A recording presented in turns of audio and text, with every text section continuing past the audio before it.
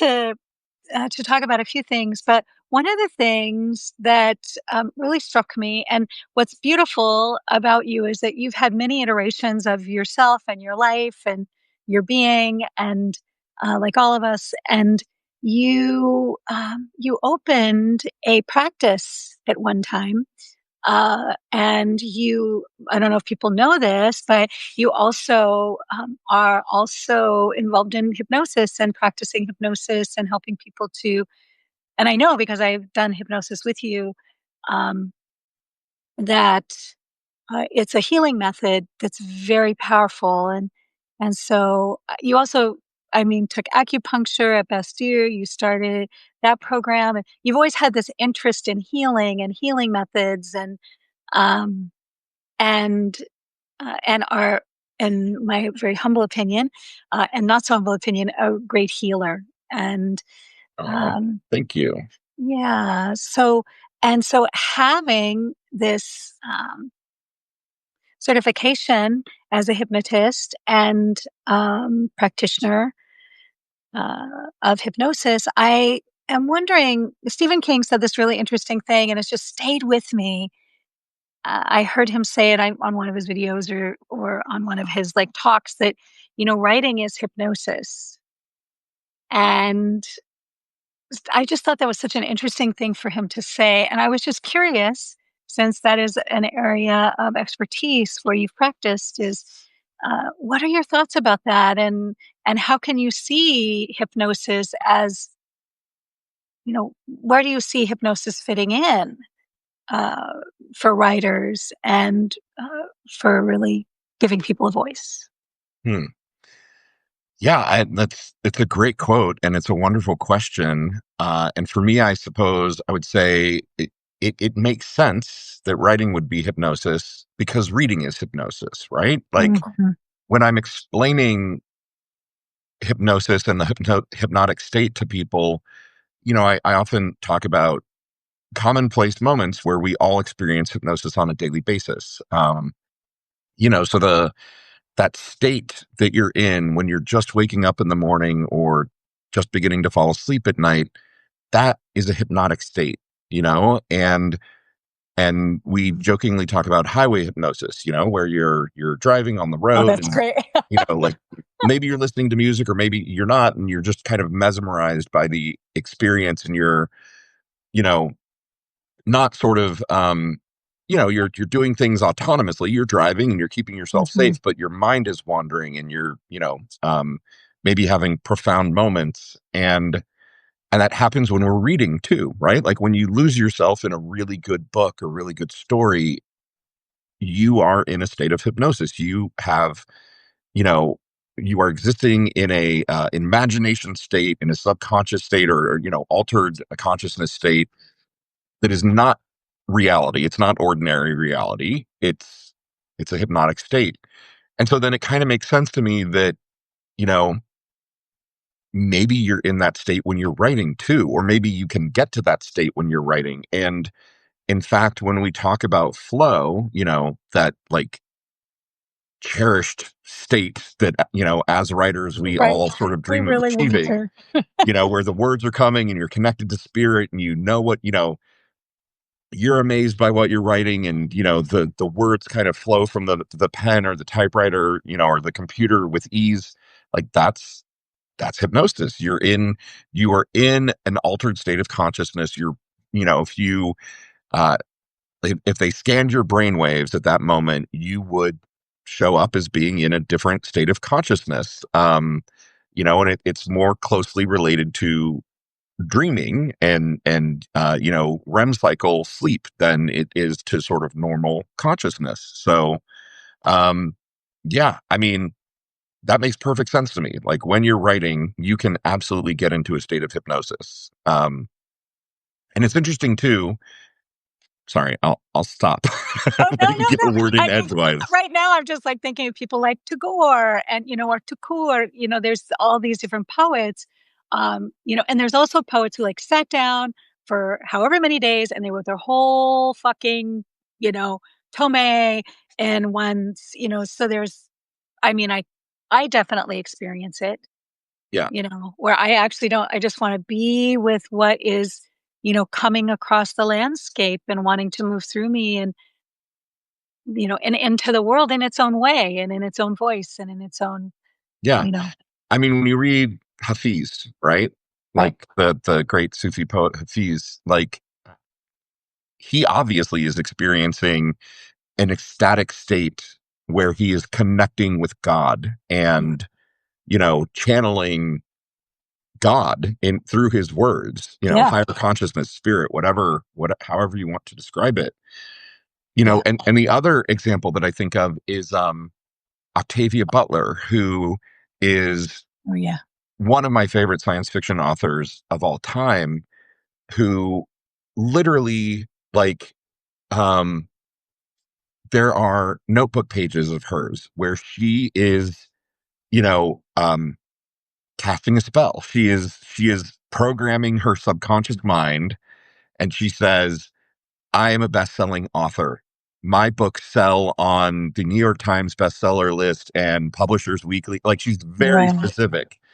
Yeah. And, it's an like notebook page after notebook page of her, these mantras, right? These Yeah. hypnotic suggestions, these affirmations of, I'm going to be a best-selling author. And And she's reiterating it over and over right, and right. over and She's over. reminding her subconscious mind over and over again, like, Cadence, this is cadence. reality. It's like a Yeah, poem, really. I mean, what she's doing is like, that's the meter. And yeah, she's really creating that meter and that in like that cadence, that the rhythm. right. Right. Another hypnotic state that you might be familiar with is drum journeys. Right. I think, Right. have you heard of those? I have, yeah. Drum Huh. journeys. Yeah. Or an incantation or a song, Right. Or dancing, right? Like, right. Dancing. like, remember back when we were kids and we used to go out dancing? Like that, Oh, like dancing to a driving beat is a kind of hypnosis, like you're entering that state all the time. And, you know, uh, so we're obviously not talking about like performative magic hypnosis, right? Like, we're not talking about that. We're talking about sort of real hypnosis that's used therapeutically. Like, entering that state can be done through a number of methods, and and writing obviously can be one of them. So yeah. in I mean, summary, writing is good. Writing is hypnosis. Thanks for coming to my TED Talk. Bye. and may I say that you look fabulous. Um, Oh, thank you. Likewise. I love that. So I I believe, like last night, for instance, I was really trying not to stay up too late, but I got into a state with the writing that I was doing, and it was interesting because there was like a synthesis that was happening, right? I was writing something on, I believe it was navigational fluency, and I just started to for this book that I'm working on, and I was just moving, and it was my history and my present and the future kind of all coming together, and I kept writing, and then what was interesting, as I was writing on the computer, I was, editing, and then I was like, "Oh, there's more I wanna say," and for that, and I don't know how this is for you, but for that, I went to the page, and I use a pen, and I write on, and it doesn't matter really, I mean, I prefer a fountain pen because 'cause I'm just like, 'cause I like fountain pens, um, you know, but last night I just used a ballpoint. I just grabbed the closest pen, and then I wrote, like, another, I don't know, half a chapter, and I went to bed at 1. But I felt like I could, like, my body and the pen and the trees that make up the paper, like the ink that, like um, I think that there's something important about like that experience of, encounter and attention and the full body experience of writing on the page. I always write first in longhand, you know? Yeah. So Yeah. So this is a way in which we're different. yeah, Longhand doesn't do that for me. Mhm. Typing on the computer does that for me. And it's just, it's just personal preference, right? Like Mhm. um, some people could, some people could get there through typing, or some people could do it through just writing longhand. For me, it's typing on the computer. And really, I think more than anything, it's figuring out what works best for you as a writer and as a person. And I have really gotten into the idea of having a writing ritual, so, Yes. uh, A writing ritual, yeah. you know, like do you remember the movie Shakespeare in Love? Yeah, So yeah. like there's like a goofy little moment where he's going to write and I don't remember exactly. He like turns around 3 times and he's like rubbing the quill between his hands and he spits. And then he sits down and starts writing. And he does that every time he writes. And that is, you know, his ritual. That's, for him, that's what calls the muse. And That's so and I've great. read about writers who have more elaborate rituals, right? Like maybe it's a particular kind of music or particular song. I personally can't hear music when I'm trying to get into, Oh, like, if interesting. I'm writing and I want to get into flow state, I can have ambient noise. I could have like pink noise or binaural beats or something like that. I cannot have music, because if it's music Wow.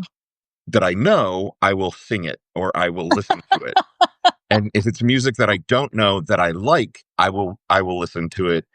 So it can't be it can't be music for me. Like, it can be sound or binaural beats or something, or silence. Um, but like I know people, I've read about people who, like, they light a candle. They light a very specific candle. They say a very specific thing. Maybe they literally actually call their muse or say a prayer. It can be very ritualistic, and all of that is hypnosis. Like, all of that are brain entrainment. You are teaching your subconscious mind, hey, Mhm. this is a state that I like to achieve after I have lit this candle and said this thing and, Mhm. you know, turned Yeah. around 3 times and spit over my left shoulder, right? Like, that's, Right? come Yeah. on, subconscious. That's Let's that's do the that's this. the key.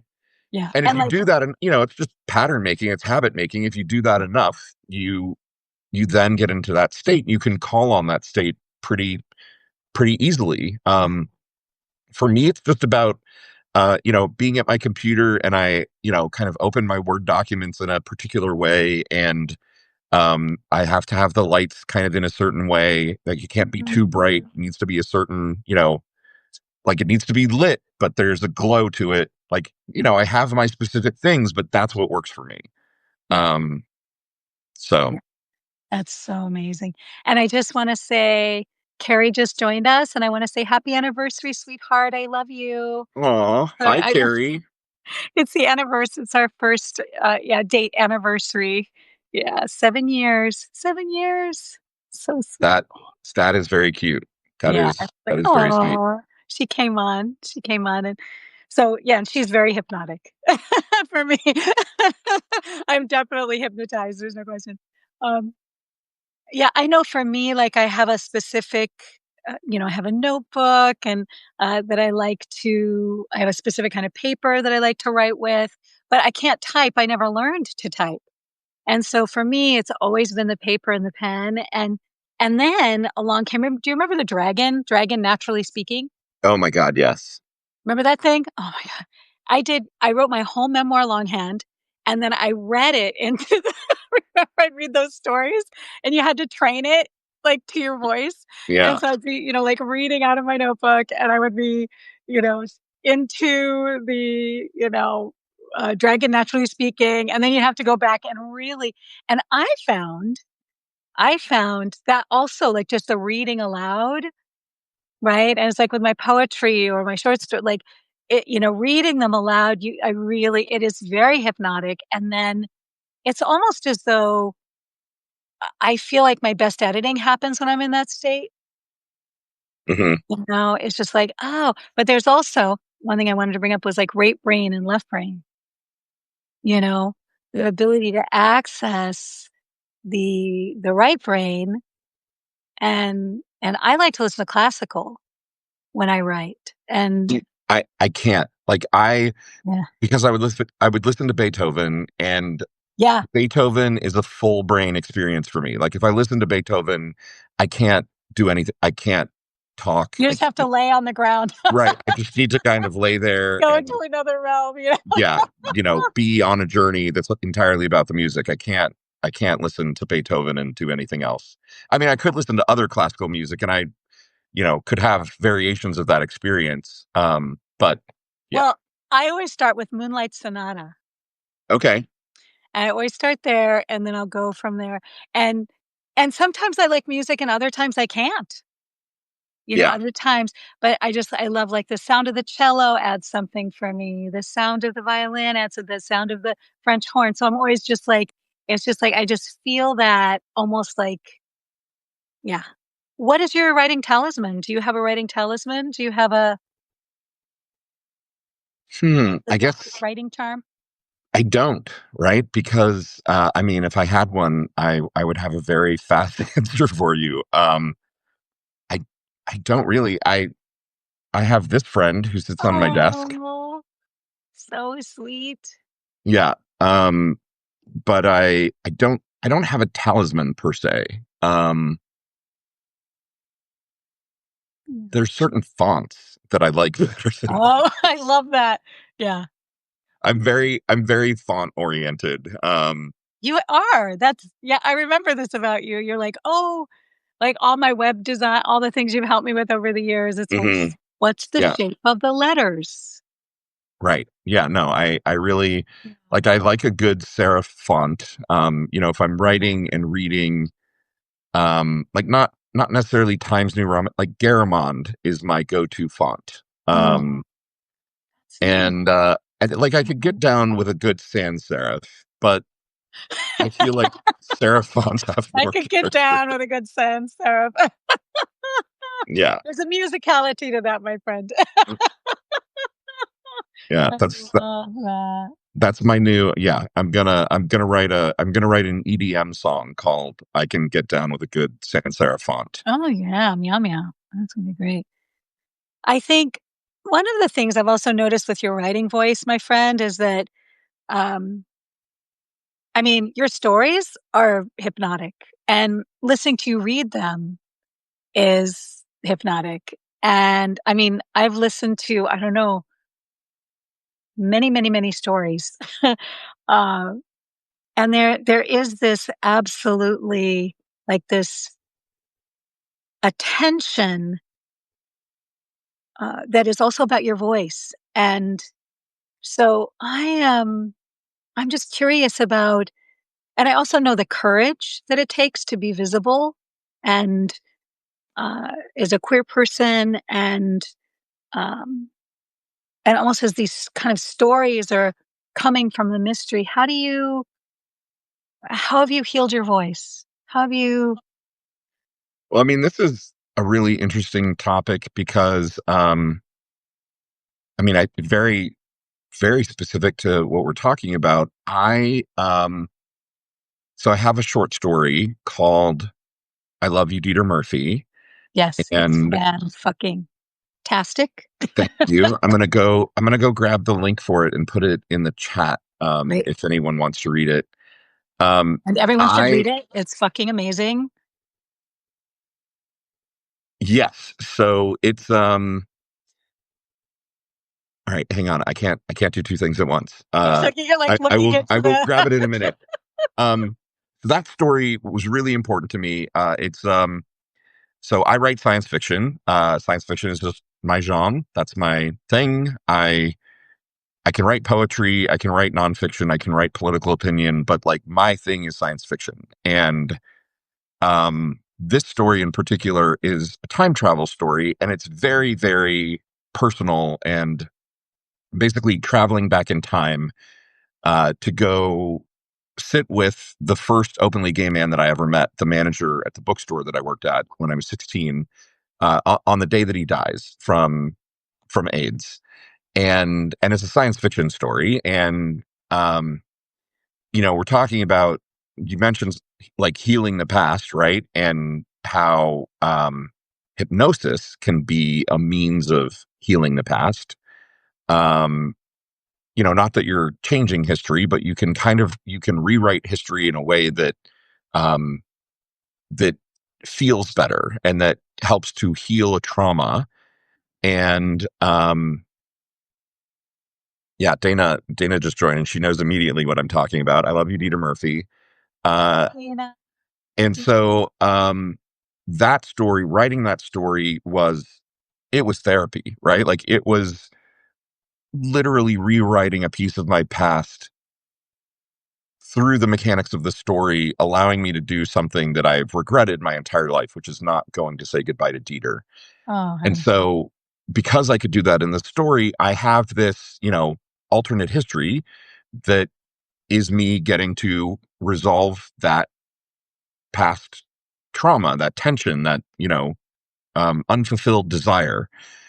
And so, yeah, so like writing that story was very much about being in the flow state. There's a moment in the story where he opens his eyes and I realize his eyes are green and not blue, which I remembered them, I had kind of falsely remembered them as being blue. And then he opens his eyes in the story and they're green. I'm like, oh my God, I'd forgotten that his eyes were green. And that moment literally happened to me as I was writing the story. I saw Dieter and he opened his eyes and his eyes were green. And I was like, oh my fucking God, His eyes. his eyes were green. How could Yeah. I forget that? And I mean, I saw him. I saw him. And Visitation. right, I mean, it was a Yeah. visitation, it was hypnosis, it was angelic presence, it was all the things, right? It was Yeah. all the things together. And so, being able to have that experience, I mean, it was so important and impactful. I wrote it into the story. Um, and I feel like that is and Dana, it's kind of good that Dana joined. Dana talks about writing memoir, and she talks about getting coated in memoir dust. That Oh my God, Dana. that like Mm. you're excavating these memories and you're reliving them in such detail that you get coated in memoir dust or memory dust. I forget exactly which one she says, but you get the idea. And right, like it makes sense because Yeah. you are, if you're writing memoir or if you're writing fiction and you're really into it, you're getting into that hypnotic state and you are experiencing the story on a level that is different from, simply just writing it. You're living it in a way that is, yeah, Yeah. part of non-ordinary reality. It's not part of ordinary reality. Yeah. It's an aspect of the mystery. And um, I want to ask you, Lawrence, like, do you know what's going to be written before it comes? Or does it show itself to you and share itself with you as you go? Or what's your experience? Are you aware of your endings and do you have a scaffolding? Maybe. Sometimes. Sometimes not. Maybe not. Yeah. Sometimes yes, sometimes. I mean, really, sometimes yes, sometimes no. Like I wish I could make some grand proclamation. Like uh with I Love You, Dieter Murphy, for example, right? I'd written the story and I personally had a very strong inclination for how I wanted it to end. Mhm. And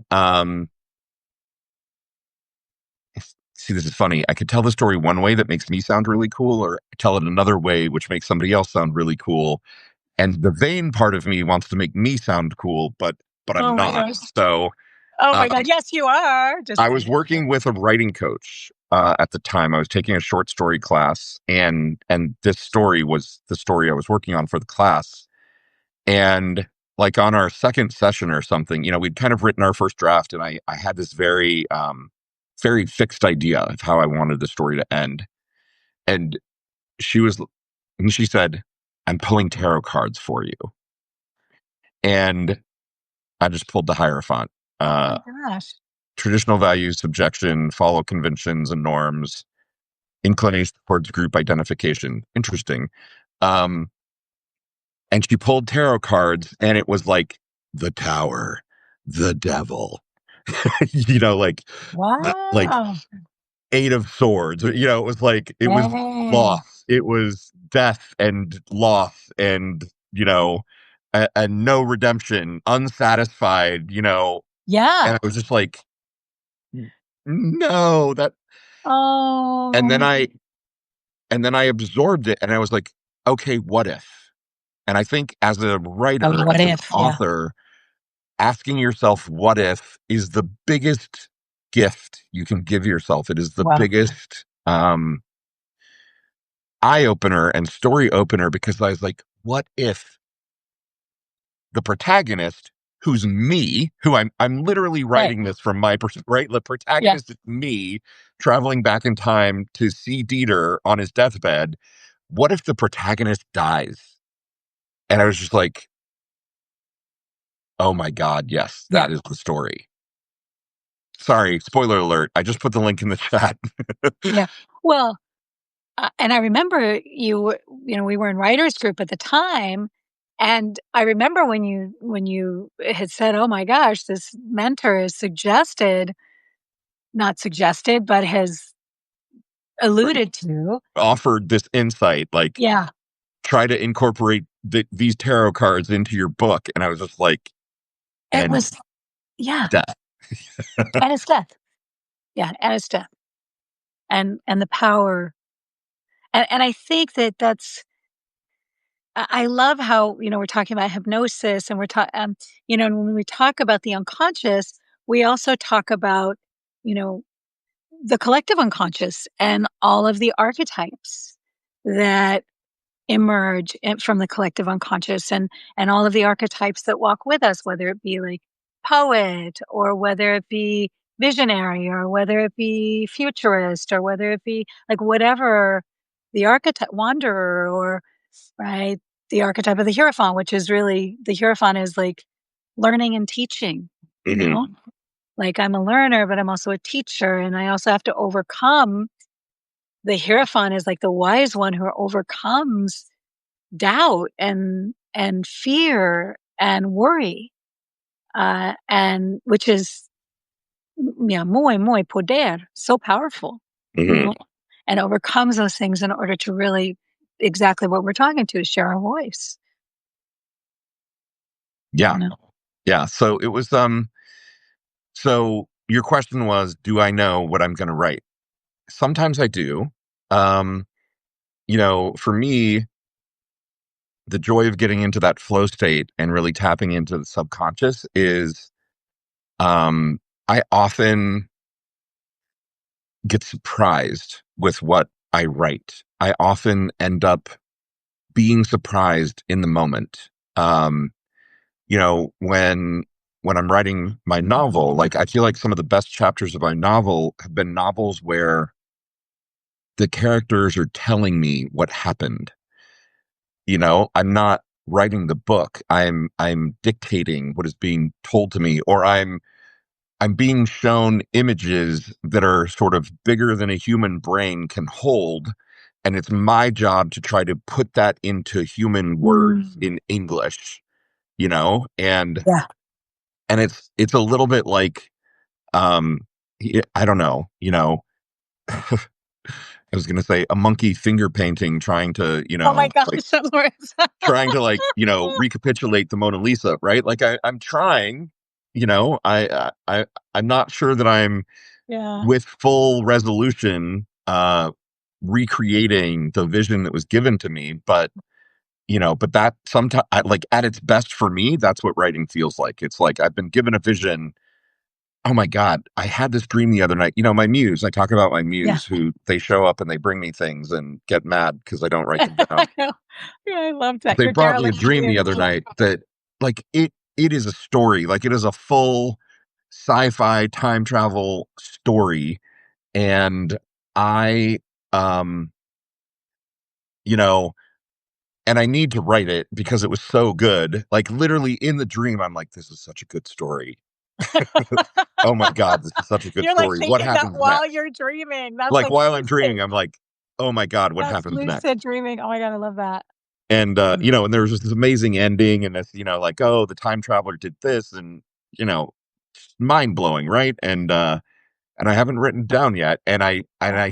I need to, because sometimes I get delivered things that are fully baked, Yeah. and I do know the ending, and they're magnificent, and sometimes I'm taking dictation, and sometimes I'm writing what I wanna write, um, and if you ask me which ones are better, it's it's always the ones that get delivered to me,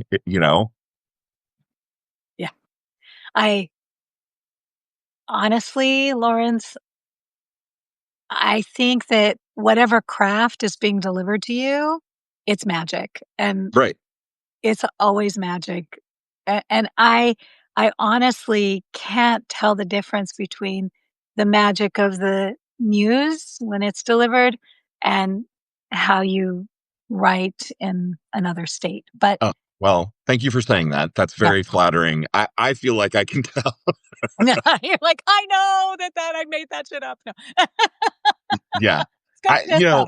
Good shit. so there's another story. I'm gonna grab another link and put it in here. The Book of Deke is a short story that I recently wrote, and this it was another dream. I hate that Substack adds these.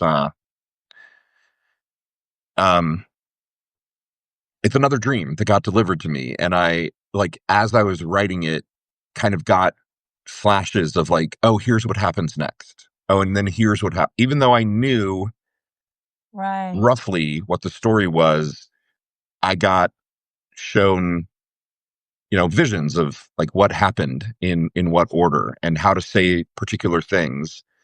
Um, so yeah, I mean, Mhm. sometimes it's me writing and sometimes it's something much bigger than me writing. And I appreciate that you're lying to me and telling me that you can't tell the No, hell difference. no. I would never. You're Hmm. Pisces, you can read my shit. Like, seriously, I would never.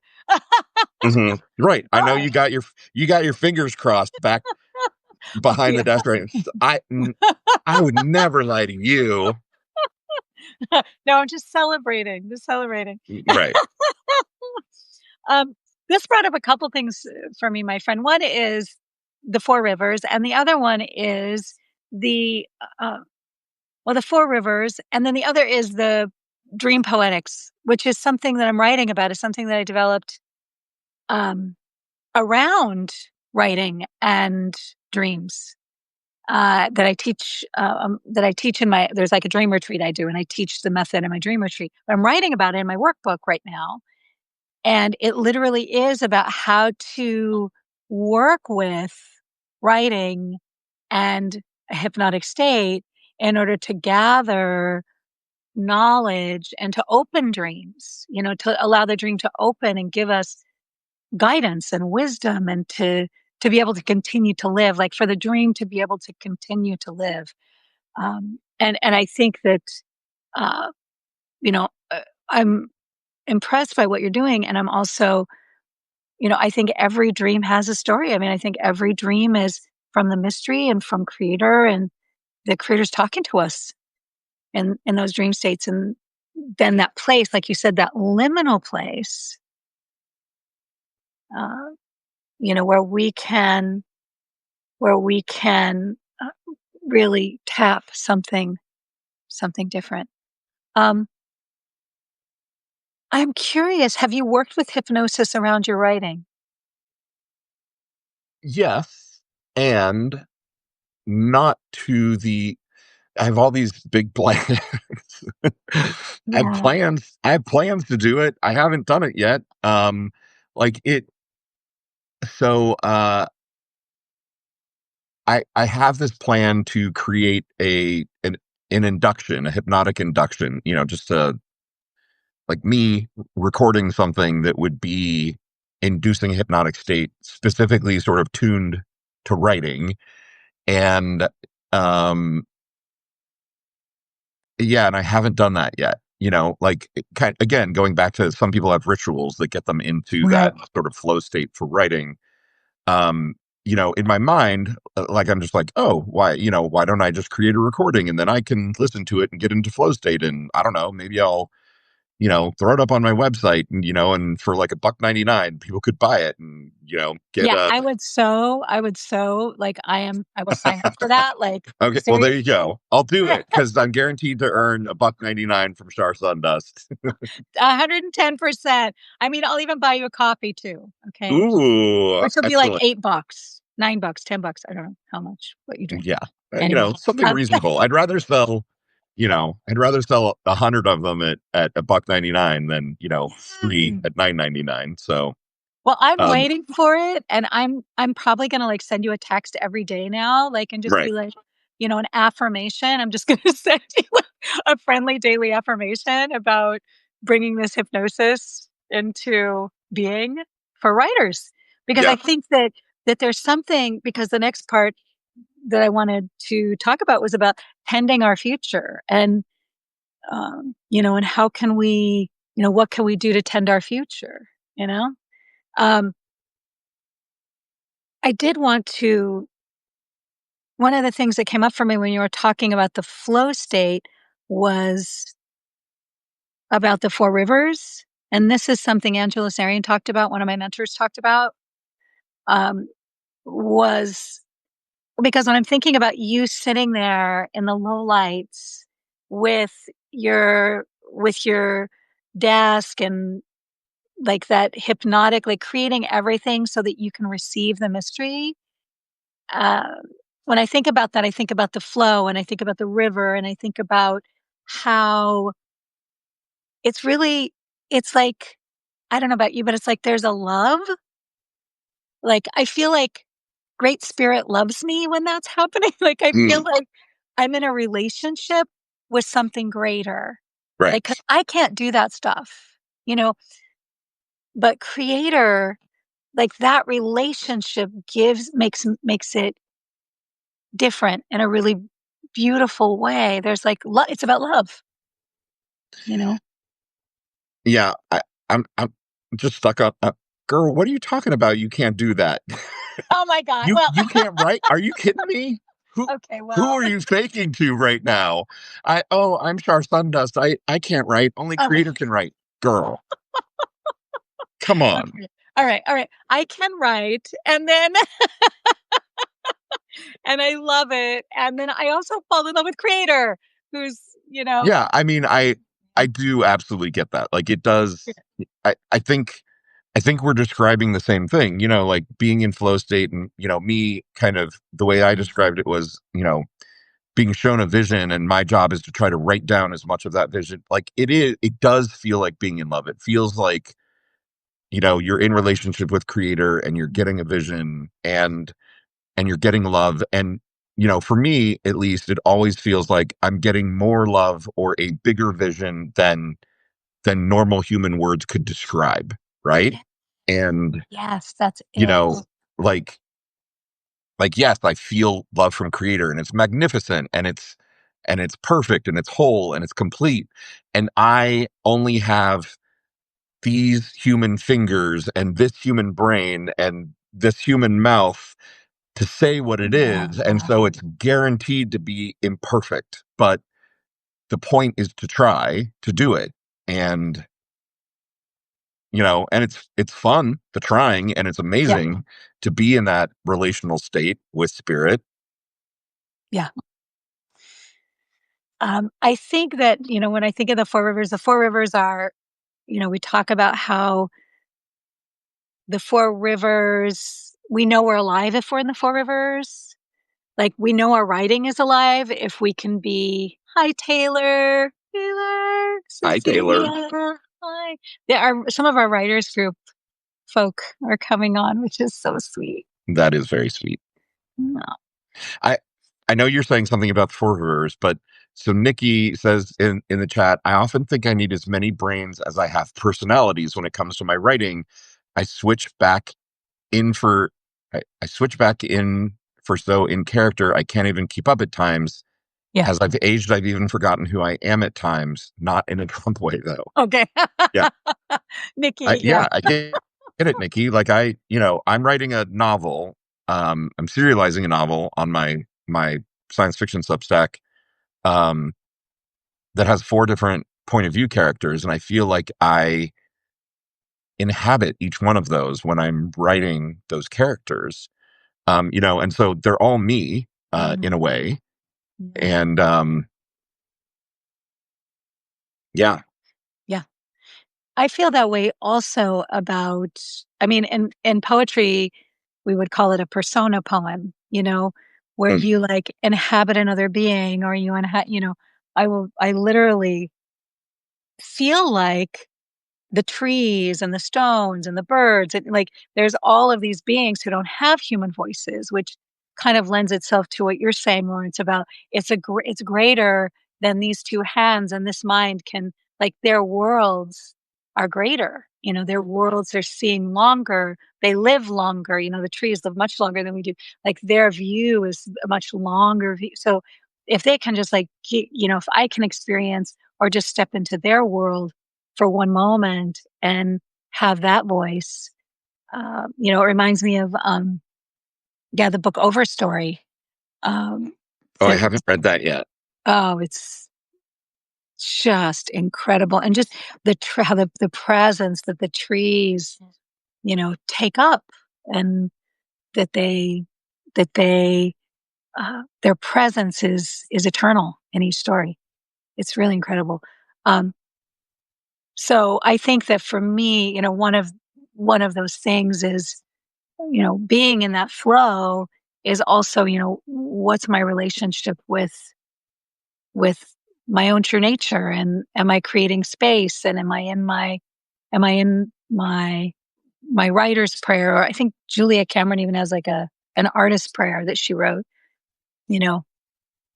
So I'm you know thinking of, I mean, when I was thinking of the flow and thinking of the rivers, I think that's one of the things, like, I really like to have tracking devices to see where I'm at and how I'm doing, and that's the river of love, the river of surprise. Like, can I be surprised by my writing? If I can't be surprised by my writing, how come? How do I do with surprises? The river of love, can I be deeply touched and moved by what's happening and by this relationship with this gift, this craft, these words that are flowing through me? And, can I be challenged? Can I be in that river of challenge and also be in the river of inspiration and think about, like, what or who inspires me?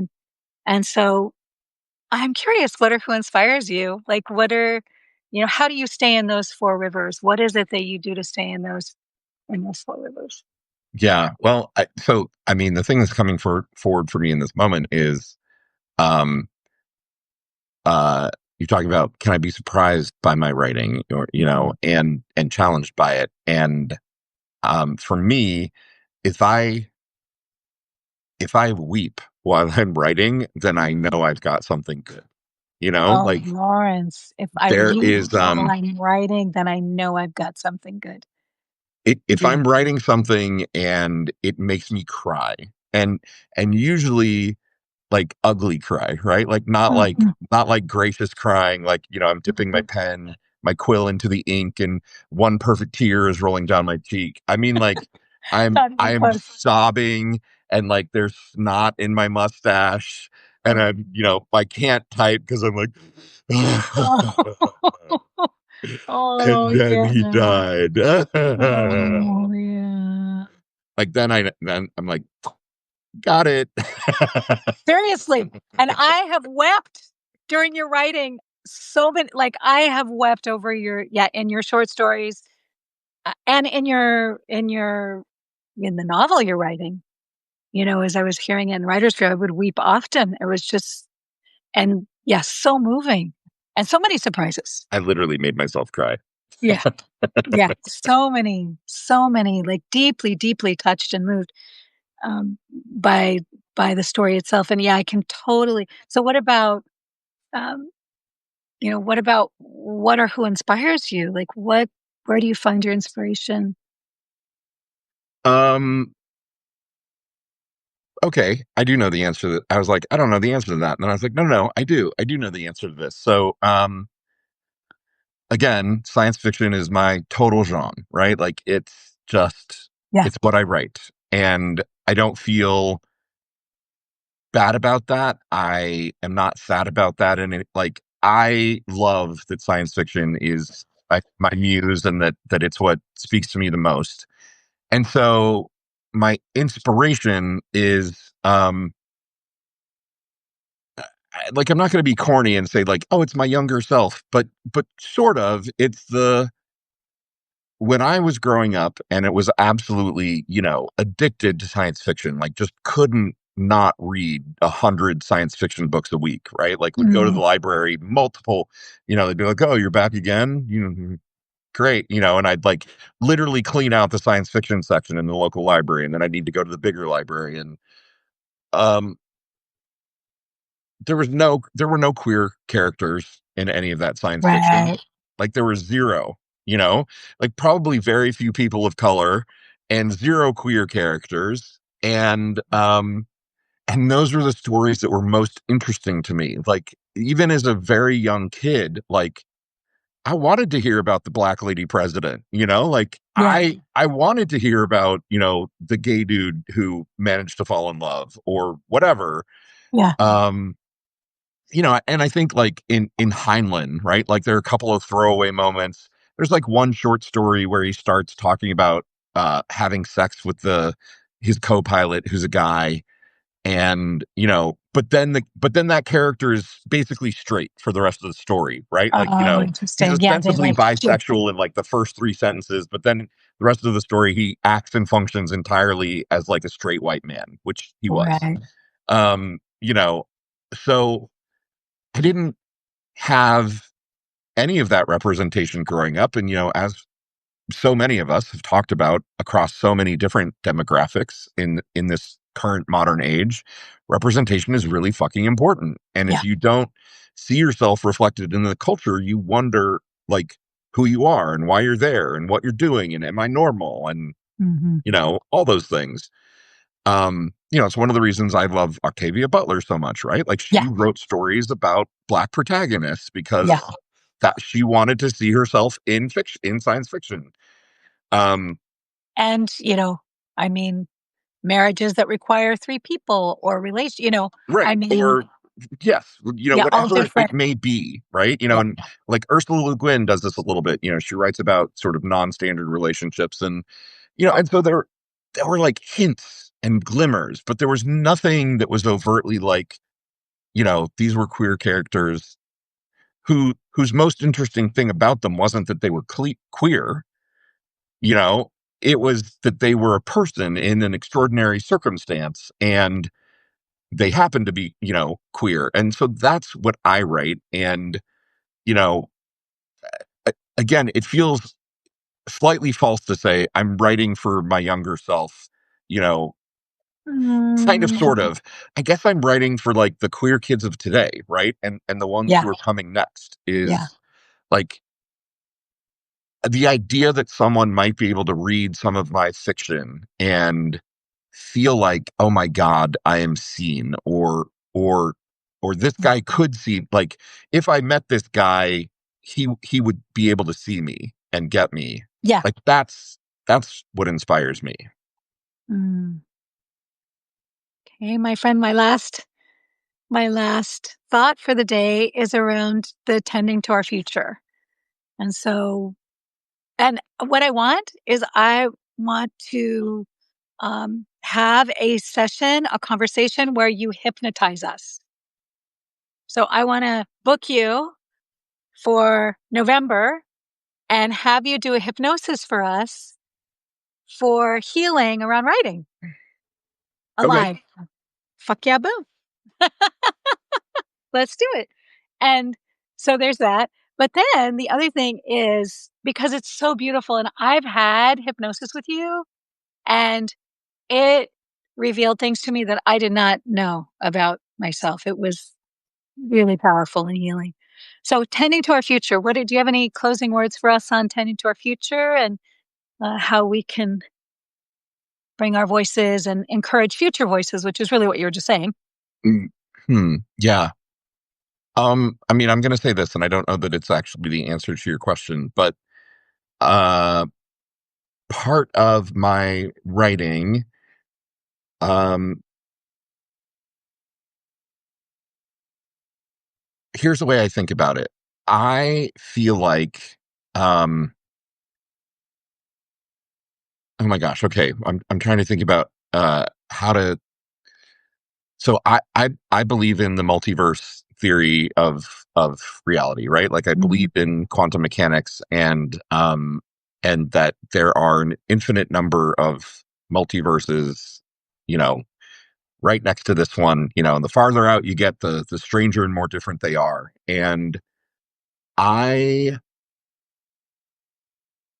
often feel like the stories that come to me are from futures that are close to Mm, us, and that they're often things that I very much don't want to happen, right?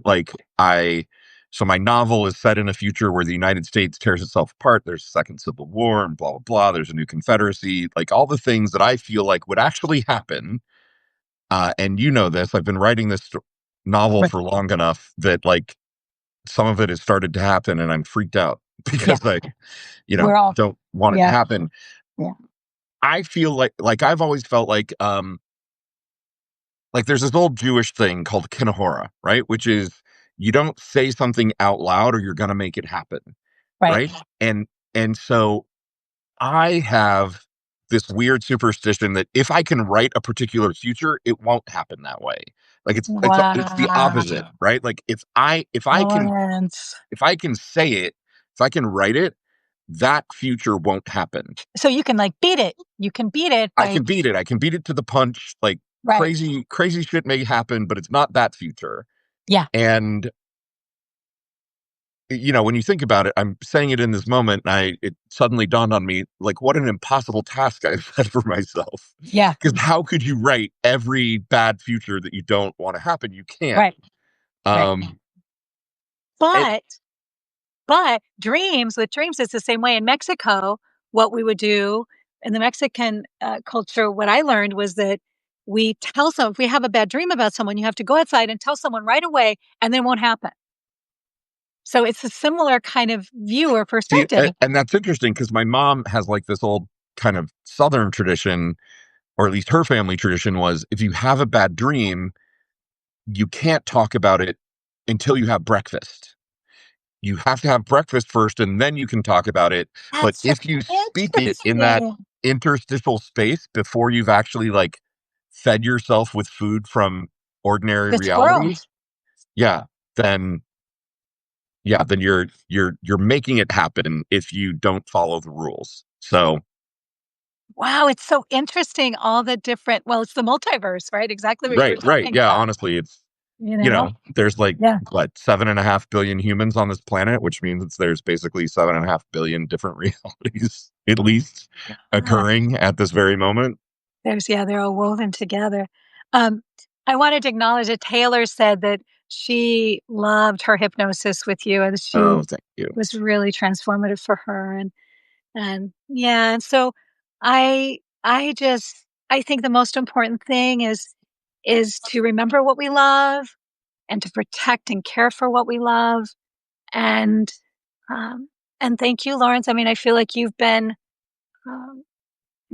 one of The the best guest you've ever had. Oh, thank greatest. you.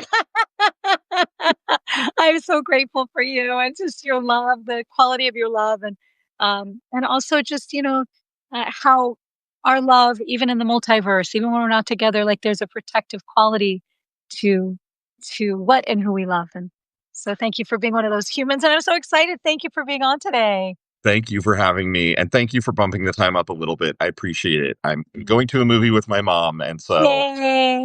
I'm happy we could do both. Me too, my friend. I love you. Bye. Love you too. Mwah. Bye. Bye. Aw.